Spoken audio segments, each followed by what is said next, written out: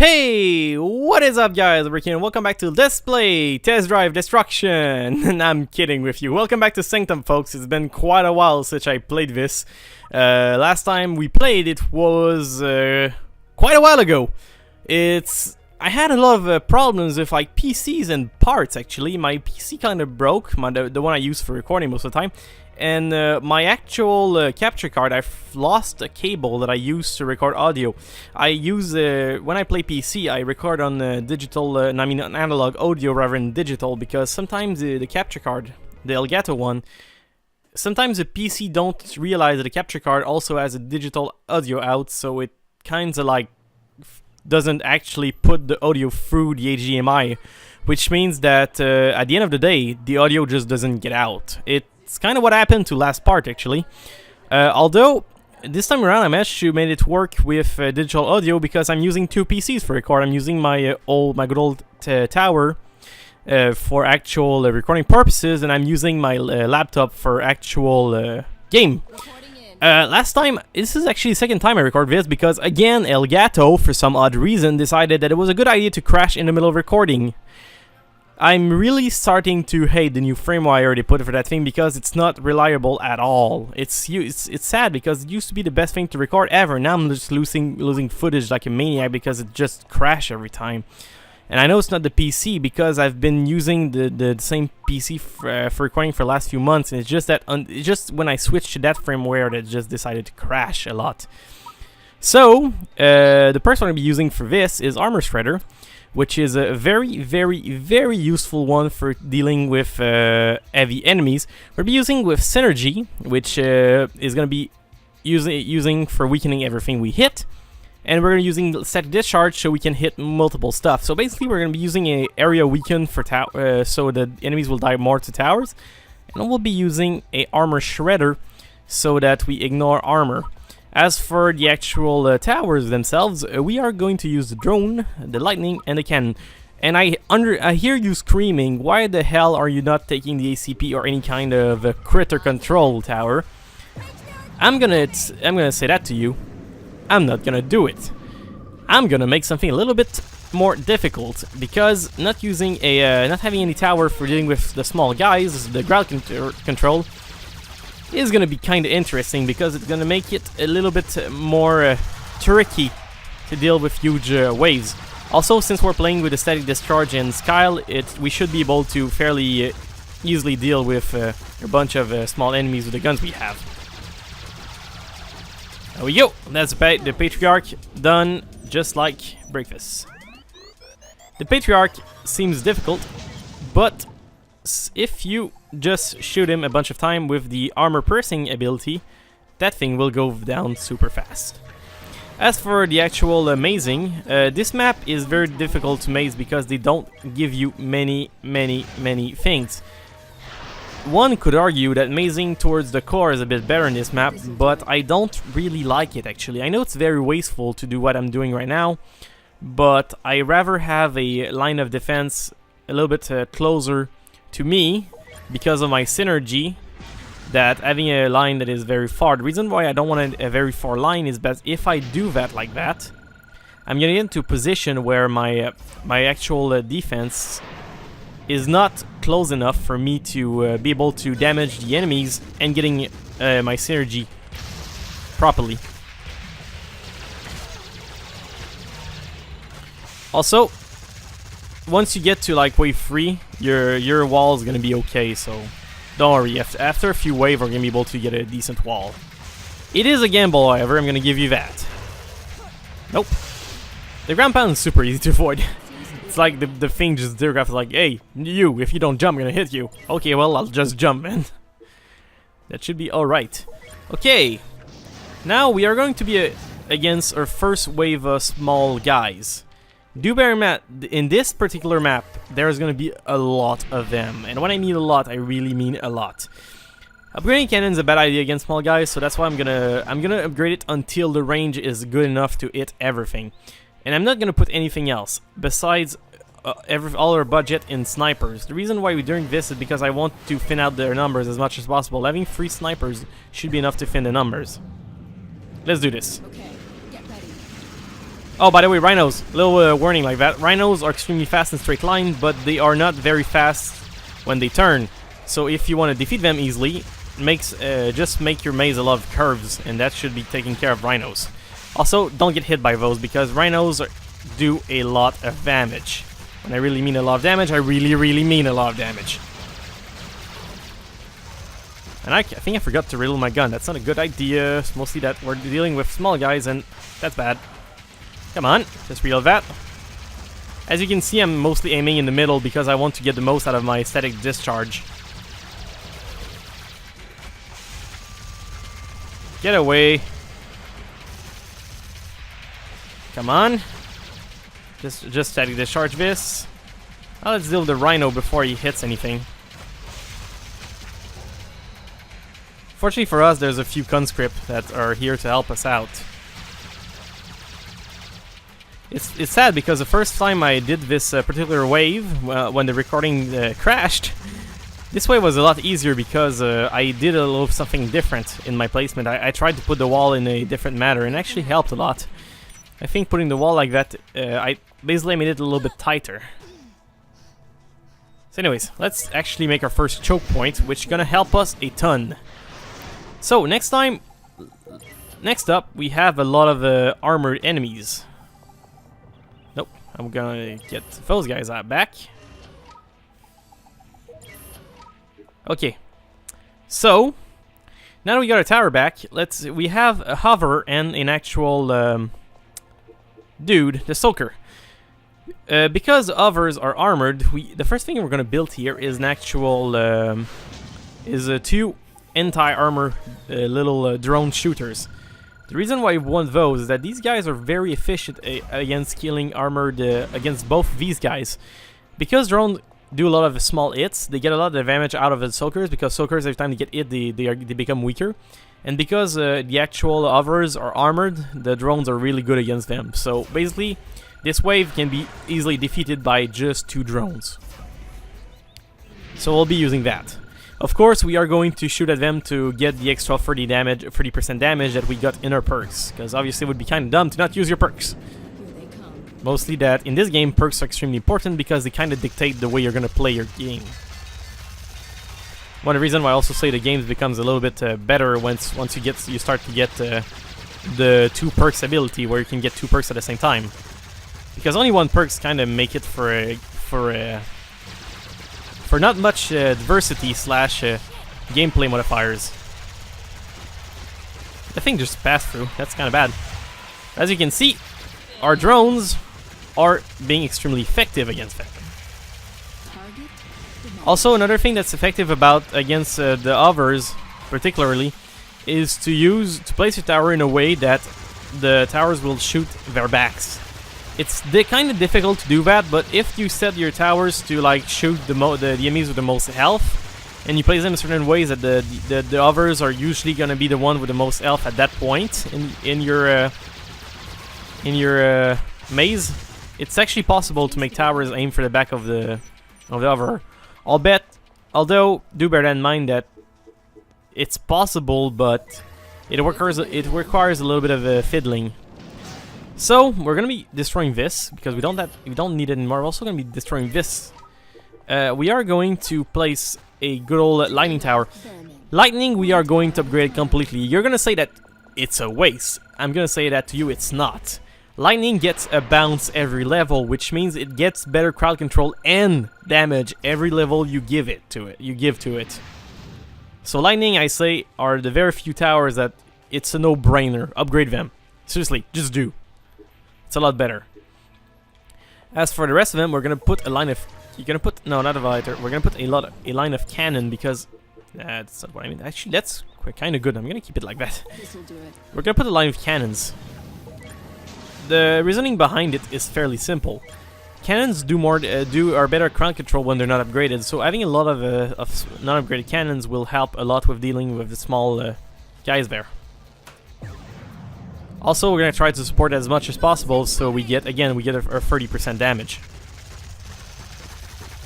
If you're wondering why I'm not using the regular launcher, it's because since we have the lightning discharge, the ability that means that once we hit something, there's something that's gonna bounce and hit everything else. Actually, shooting is actually more effective than a grenade launcher just because of that. I know it's weird, but I tried both, and actually for some odd reason the lightning works better. And as you can see, the cannon line plus us with our 30% damage boost just basically makes the enemy wave just melt completely and utterly. And that should be all she wrote. Let's see.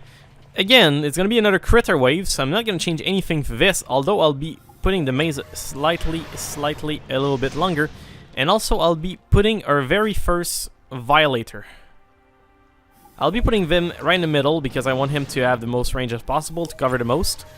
I'm also gonna give him one. No, I'm not gonna give him one level. Actually, I'm going to grab another place and place another Violator. The reason why I'm placing two is that two Violators are better crowd control than one Violator. I'll bet they kind of do less damage to big targets, but they are gonna be able to deal with more targets that way.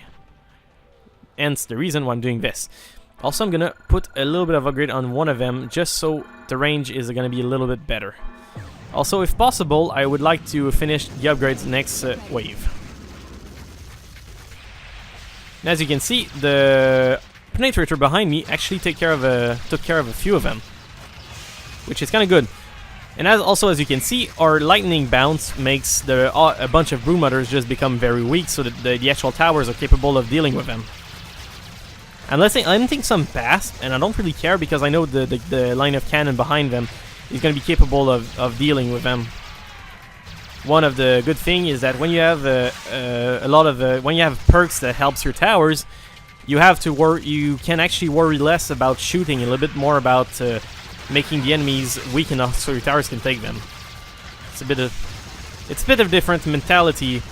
A class a little bit more oriented towards tower than a class a little bit more oriented for actual damaging purposes. To be quite frank, which one works in the single player better? It depends entirely, actually. On the maps that has a lot of very strong enemies, I tend to say that the tower base is a bit better because towers can be everywhere at once. You can't. Although, in terms of actual in a waves where there's a very few enemies, but they're very strong, being alone is actually, I think a class is more oriented towards firepower is actually better because you can actually focus and do a lot more damage in your towers when you're focusing your fire on a single enemy. Again, if there's many of them, however, towers are going to be better because, again, towers can be everywhere you place them, not you. You can only attack a few enemies at a time, so you gotta keep that in mind. Since we have heavies here, I'm going to trade one of these cannons for an actual upgraded drone. Drones are extremely useful for anything that is armored. Also, I'm going to be getting rid of another cannon. We really want our drone to be upgraded as much as possible because to be able to deal with armored enemies. Also, as you can see, there's a lot of boat flies here, so we'll be focusing fire on boat flies because we want to get rid of those things first. And as you can see, our Violators are actually already doing the job of killing these guys. One reason why I like the Violators so much is that they're really good against boat flies. Because I'm calling them boat flies, they're actually spit flies. Yeah, it makes sense as they spit stuff at you. Oh. Me and misreading stuff. Happens to me all the time. Also, Lightning Discharge is one of the best perks against these enemies because when you hit one of them, you most likely gonna hit the other one that is following beside it. Like that. Also, one fair thing, the electrical discharge has a cooldown of 0.25 seconds, which means on a fully automatic weapon is effective, but it's not that effective. The actual, and also we have arm pressing, so don't really care where we aim at this. The actual perk, not perk, but the actual perk that makes you do a second discharge every time you hit something is actually very effective in the sniper class because if you get an headshot, you get 25% of that. No, I mean, was it? I think it's 20% of that headshot damage converted directly in damage to the other guy right beside. So you can basically headshot one guy and basically kill the other one because of the discharge. so it can be very effective in those certain synchros. Cannot speak. In those oh well, you understand what I mean. In those cases. Okay, so we have again those flowers, we have those bubble heads. These should be easy because we have armor piercing, and also because no, I believe armor piercing doesn't work on those. Anyways, it should be easy because we have a lot of very easy to aim weapons, and we have those guys. Okay, so since we have another cases of armored dudes, we're gonna pop a drone right here. Also, we are, yeah, that should be it actually. Not much to do besides that. As you can see, the static discharge help us defeat that guy. Oh, by the way, the bubblehead here, I don't remember if we've seen some. They're basically enemies that are basically resilient to everything, except they have a super powerful weak point on their head. Hence the name bubblehead. They're, I'd say that they're fairly annoying to defeat most of the time because the reason being is that since they're armored everywhere, it's fairly rare that your towers are going to be able to do damage against them, so they're mostly what I call distraction for the player. As in, the player is going to be forced to deal with them, so they're going to have to abandon their towers. Which is not a good thing, because you want to be near your towers as much as possible to support them. That was bad. Good thing for us, our towers are fairly good and should be capable of dealing with them as easy. Jeez. They should be able to deal with them fairly easily. We just need to get to the boat fly before. I mean the. Nice. Yeah, I was going to say we need to get to the Spitfly, but it just got destroyed. Okay, next round. We're gonna go for putting a little bit of upgrade on this because there's gonna be a very heavy armored enemy, and we want to have a little bit more damage on one of the two snipers. The other one's only there for crowd control, so it's not that big of a deal. Actually, you know what? I'm gonna change that a little bit. I'm gonna place another one then, and I'm gonna upgrade this one, and I'm gonna upgrade the other one, so both actually do more damage. So technically that's gonna be a little bit more crowd control because they're most likely gonna get a kill by shooting. So if two snipers get a kill every time they shoot, it's going to do be a lot better for crowd control. Not enough tower bases. Okay, so that's good. Now let's do this. You're gonna see this is a super heavy. Never ever get attacked by a super heavy, because the super heavy every time it attacks is gonna wreck about half your towers. Again, since we have our armor penetrating ability, we can just like totally cheese this boss. This boss is usually somewhat difficult because it wrecks your tower. But the thing is, since we have armor piercing, we don't even with Skyle. Skyle has a huge amount of DPS, but that DPS is counterbalanced by the fact that our weapon do only a little bit of damage, which means armor is a big turnoff for Skyle. But the thing is, we have ignore armor, so our weapons just do their DPS. They only do straight DPS, which means we have a lot, and I really mean we have a lot of damage on single targets because if we focus fire. Also, Skyle gets an ability that every time she hits an enemy, the next shot she does on the same enemy will do more damage. Which means, again, focusing fire on bosses with the armor piercing basically means that the bosses are going to be completely, utterly destroyed. And god damn it, those snipers, man. They're just stealing all my kills. When I meant that two snipers upgraded are really good for ground control, that's what I meant, actually. They're very good. They're mostly good at middle type enemies crowd control. They're bad against small guys because they're overkilling them most of the time, but they're really good against medium because, as you can see, they can one-shot them, and at the same time of one-shotting them, they have two shots because they're two snipers, so they can actually be very effective against an actual wave of enemies. Again, small critters. So we're gonna be placing a little bit more cannons in line again because we are facing a wave that has a lot of small enemies. So having a little bit of cannons will help a lot. Let's do this. We'll be again focusing fire on this one's gonna be a bit difficult because we need to focus fire on both the flies and the actual enemies. Although I believe the snipers should be capable of dealing with them fairly easily, because the snipers generally should have Ven as a priority because they have a little bit more health than most of the enemies in this wave. So I think I'll leave these guys to the snipers. I'll check my map very carefully, however, to see if the snipers decided to let some pass. And I probably did because some people actually have a little bit more health than I thought they'd have. Oh well. Oh no, yeah, right, I destroyed one of the snipers and I don't believe I actually put the settings back. Well, that would explain why they passed.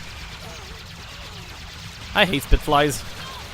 They're really my most hated enemy because of the fact that they just ignore defense and there's no specialized towers until you get to a high level that deal with them. That seems to be all of them. There you go. That's it. Let's upgrade this. It's a fairly random upgrade. I just felt like upgrading that cannon actually. Let's upgrade this completely. Here we go. Only had 20 bucks, so let's just 20 bucks on this one, and here we go. That is gonna be the last wave, folks. Hope you're ready. Should be fairly decent, a fairly easy wave. I hate hovers. You can actually hit their tails and actually gonna do damage. It's fairly a difficult thing to to hit sometimes, but you can actually do it. Also, I'm just gonna go and weaken them as much as possible so that they get utterly destroyed. I don't remember if the perk for attacking actually works if you just hit them or if you actually do damage. It says attack, so I'm guessing that even if you bunk their armor with like 0 damage, I believe you still get the 30% damage to your towers.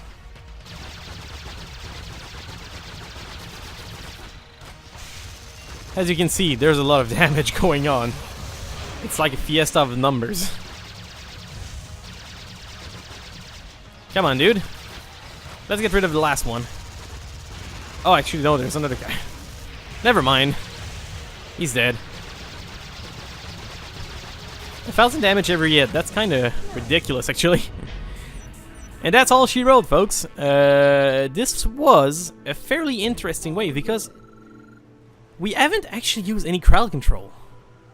Also, I really need to realize what is up with this. Last time I played Sanctum, I was max level, but I think they added a few perks here because I used to have everything unlocked, but now there's a few things I have. There's new. I think they actually put another new ranks in.